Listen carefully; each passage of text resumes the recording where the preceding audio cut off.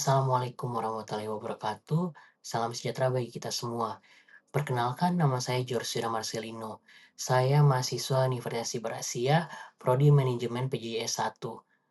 Saya akan mempresentasikan artikel review sebagai bagian dari ujian akhir semester ganjil tahun ajaran 2025-2026, mata kuliah Manajemen Resiko kelas MJ505, yang dosen pengampunya Bapak Goklas Sihaan.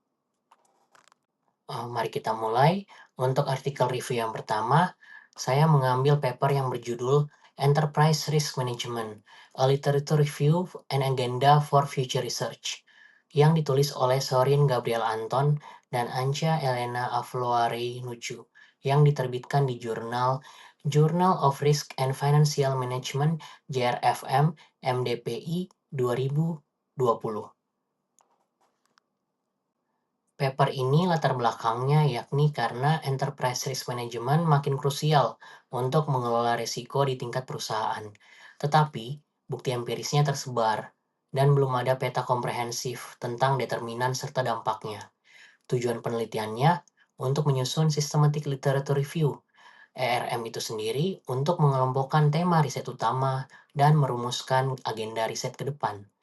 Nah, paper ini memetakan riset ERM agar kita punya gambaran utuh apa yang mendorong adopsi ERM, bagaimana diimplementasikannya, dan apa dampaknya, khususnya pada kinerja. Hasilnya bukan hanya ringkasan, tetapi juga agenda riset untuk menutup celah yang masih ada. Untuk metode yang digunakan, yakni Systematic Literature Review atas artikel ERM yang terbit antara tahun 2008 sampai 2019, yang terindeks Web of Science, dan klasifikasinya tematik serta analisis isi. Untuk hasil penelitiannya sendiri, ada 4 klaster, yakni Adoption, Determinants, Effects yang paling sering pada kinerja, dan tema lain, seperti kematangan dan strategi IRM. Gaps-nya sendiri yakni efektivitas per komponen ERM, serta faktor institusional, organisasional, dan individual.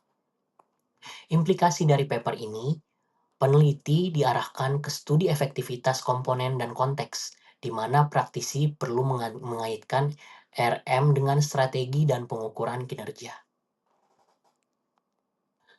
Nah, kita lanjut ke artikel review yang kedua.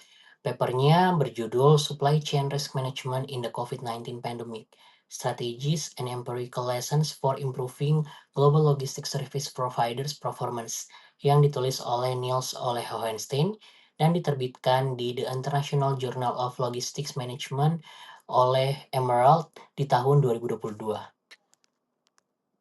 Untuk latar belakang masalah paper ini sendiri, ketika terjadinya COVID-19 ini mengekspos kerentanan rantai pasok dan menekan kinerja LSP global, sehingga respons organisasi LSP global ini bervariasi.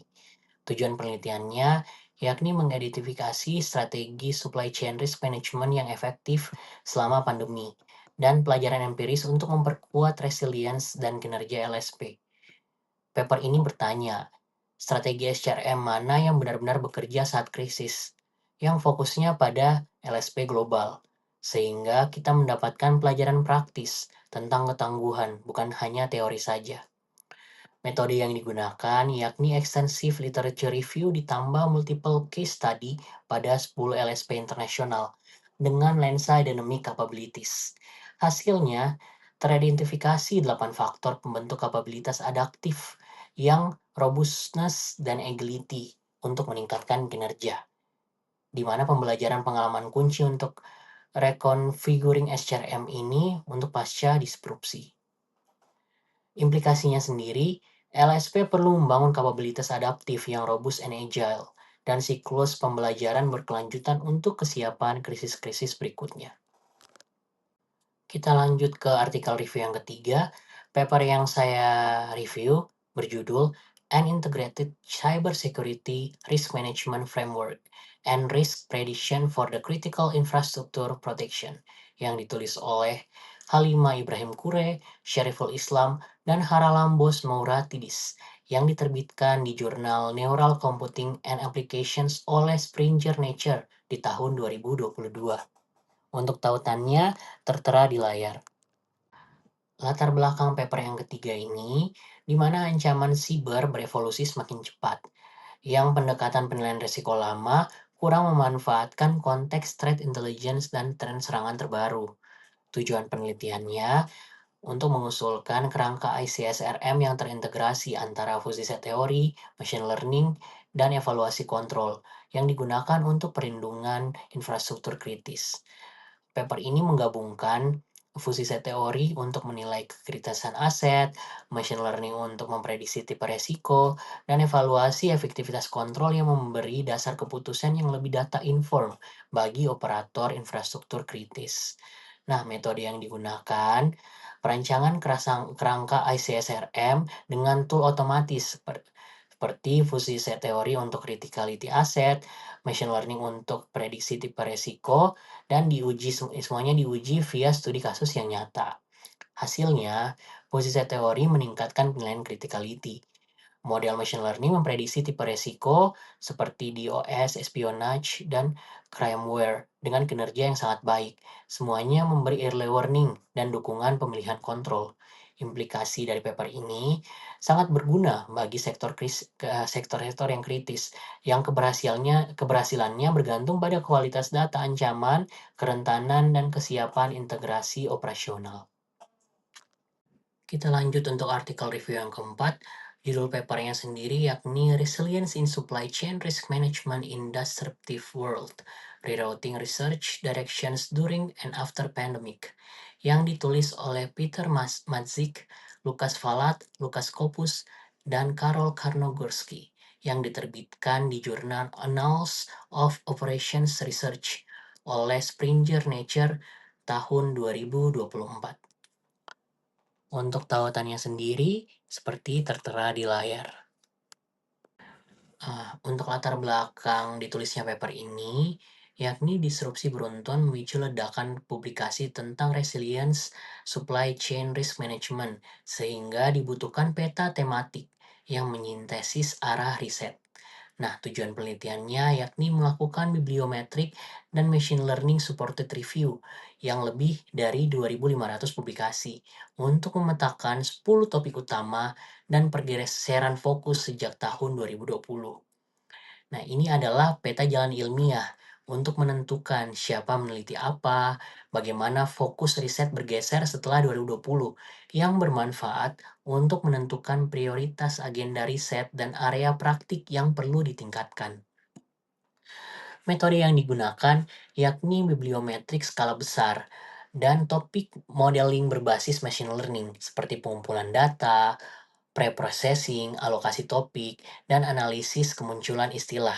Hasilnya sendiri ialah 10 topik resiko resiliensi, misalnya dampak pandemi pada pangan, pemodelan pemasok, keamanan sistem, dan infrastruktur kritis, serta strategi mitigasi operasional yang berkelanjutan. Sehingga muncul juga topik baru pasca 2020, di mana operational management, strategi, dan sustainable production ini muncul. Implikasinya sendiri, yakni organisasi bisa memakai peta ini untuk identifikasi resiko yang lebih komprehensif dan monitoring ke arah perubahan profil resiko. Nah, untuk artikel review yang terakhir, papernya berjudul Enterprise Risk Management, Improving Embedded Risk Management and Risk Governance, yang ditulis oleh Werner Gleisner dan Thomas B. Berger, yang diterbitkan di jurnal Risk oleh MDPI di tahun 2024. Nah, untuk tautannya sendiri, seperti tertera di layar ya. Latar belakang paper ini yakni karena banyak organisasi menjalankan enterprise risk management sebagai kepatuhan administratif, kurang terintegrasi dengan pengambilan keputusan dan mencipta nilai, terutama lemah di kuantifikasi dan agregasi resiko. Tujuan penelitiannya untuk menawarkan kerangka enterprise risk management yang embedded dan decision oriented dengan penekanan pada kuantifikasi resiko dan agregasi resiko untuk mendukung keputusan-keputusan strategis. Pesan utamanya, enterprise risk management harus mendorong keputusan, bukan sekedar daftar risiko. Kuncinya ialah kuantifikasi, agregasi portofolio, dan koneksi langsung ke driver nilai perusahaan. Metodenya yakni dengan structure literature review dan argumentasi konseptual yang merumuskan 7 area penguatan tata kelola resiko. Hasilnya sendiri yakni 7 area itu, yakni identifikasi, kuantifikasi, agregasi, orientasi keputusan, kontribusi nilai, integrasi, budaya dan komunikasi risiko, dengan dorongan penggunaan pendekatan kuantitatif, misalnya Monte Carlo untuk agregasi. Implikasi paper ini sendiri, praktik enterprise risk management perlu dihubungkan dengan strategi dan anggaran. KPI risiko imbal hasil dan budaya risiko harus tertanam dalam proses keputusan. Sekian artikel review dari saya. Untuk segala kekurangannya mohon dimaafkan. Terima kasih atas kesempatan yang diberikan kepada saya. Terima kasih atas perhatian dan kerjasama Bapak Ibu sekalian. Selamat pagi, siang, sore, dan malam. Terima kasih.